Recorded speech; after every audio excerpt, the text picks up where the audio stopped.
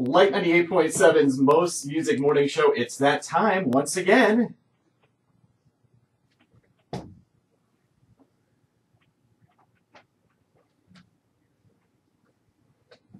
And joining us live in the studio, Deb Cabral, the Declutter Coach. What are we decluttering today? Hey, Matt. Today we got a couple of quick things. First, we're going to talk about how to fold your sheets and keep them organized. We find that a lot of our clients have that problem. I own one set of sheets, so that's really not well, that makes it easy for you then. And usually come 3 a.m. when I wake up, they're all on the floor. Yes. Oh, okay. I think I have like a wrestling match in the middle of the night or something.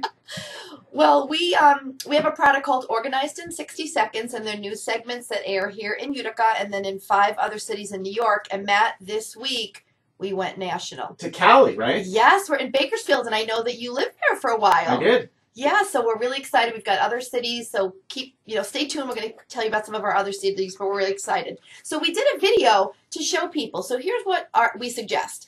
You take the fitted sheet and fold it as neatly as possible. And, the way we do it, and it's hard to describe on the radio, but you kind of take your hands and put them in the corners and then fold it over and fold it over again. The flat sheet is fairly easy to fold.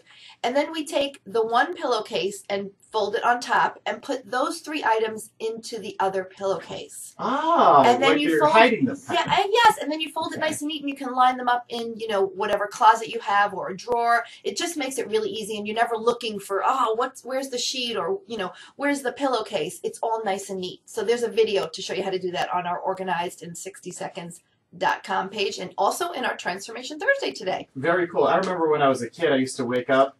Well, not wake up. When I went to put the bed sheets on the bed, they never matched. I had like a fitted sheet that was, I don't know, pink, and then I had a pillowcase that was blue. I'm like, Mom, what are you trying to do to me? How emasculating.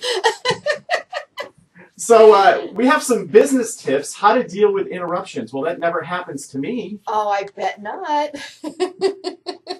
Well, the average employee, studies show, spend 28% of their time dealing with unnecessary interruptions, followed by the recovery time to get back on track. Ooh. So we've got some tips on how to help that for those of you viewers who are on your way to work or, maybe listening from the office. And number 1, Matt, you're going to handle that one. Accept that they will be a part of your day. Yes, a lot of people just get very frustrated and overwhelmed every time they're interrupted. But if you just realize that no matter what your profession is, you are going to have interruptions, just accepting it really kind of helps relieve some of that stress. And deep breaths can't hurt. Number 2, when interruptions occur, try to keep them to a minimum. Sometimes you've got that friend that stops over. It's like the water cooler chat, which is fun, and you love to interact with people at work. But it's very difficult because you may have a 10-minute conversation, and it'll take you another 10 minutes to get back on focus. So you've lost 20 minutes in the workday. And how do you cut them off? You want to really be nice about it. We've actually worked with some companies that just rearranging your positioning, the way you sit, can make a difference. We had one company where there was a gal that had to sit right near the restroom. Her cubicle was there, and she was kind of sitting with her face half facing the people that were walking towards her. So it's almost like human nature to make eye contact with somebody. You want to say, hey, how are you? How are your kids? And it was hard for her because where she sat, in proximity to the restroom, she was interrupted constantly. All we did is we turned her computer, just, maybe a foot. We just turned it from this way to kind of a corner, and it made a big difference. And then, you can always, really politely say, oh, it's so great to talk to you. I've got this report I have to finish, You don't ever want to hurt anybody's feelings, obviously. So now she's talking to them when they come out of the bathroom. So they're probably in a better mood anyway, right? No, her back's to them, the way we kind of rearranged her. And it made a huge difference. You wouldn't think so, but it did. All right. So number 3, minimize your own distractions. How do we do that? Yes. Well, here's the thing. We love to have mementos around our workspace, and it's great to see your family and, maybe different trinkets that you've picked up from vacation. But I always suggest that you keep those to a minimum. We want them there for inspiration, but sometimes it can get overwhelming if you walk into your cubicle and you see 400 pictures of, every vacation you ever took, and, your children, 3 months, 6 months, 9 months, 12 months, and all the way up to their senior picture. So have those things there to inspire you, but keep those to a minimum because, again, you don't realize, but all those things around are distractions to you, and they're actually a distraction sometimes to people that come into your workspace, whether you have a cubicle or an office. And it can make others jealous. You went to Bermuda and you didn't take me? Yeah. The next one is prioritizing your daily to-do list. So if you have that daily to-do list, your recovery time is a lot quicker because hopefully you'll either have it written down or you'll have it digital. And when you get interrupted for whatever reason, if you can quickly glance back at that to-do list, it's going to get you on track a lot quicker. All right. And number 5, think before you interrupt someone else. Okay, all right, I'll keep that in mind. Well, sometimes we don't realize it.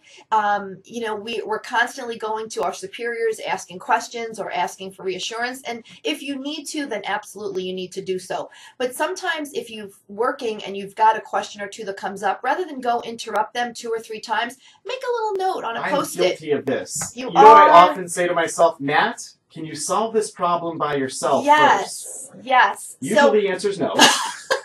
Well, you never want to not interact when you need help, but you really got to think about, can I make myself a little note and jot down 3 or 4 things and then check with them and see if it's a good time and ask if they have 5 minutes. I always ask when I, have to call someone or stop, do you have a few minutes? Is this a good time? Because you just want to really make sure that you're not, infringing on somebody else's, really, they're working and they're really focused and you don't want to break that concentration for them. How to deal with interruptions. Any other tips or suggestions we can add in there? Or? No, but I wanted to remind everybody that we have a special only for Light 98.7 listeners. They can go to decluttercoachdeb.com and you can use the coupon code LIGHT987 and save 10% off all of our residential organizing packages just for all of the viewers at Light 98.7. And we're going to have this clip up on our website later on this morning. Yes. At light987.com. Now, what's your website?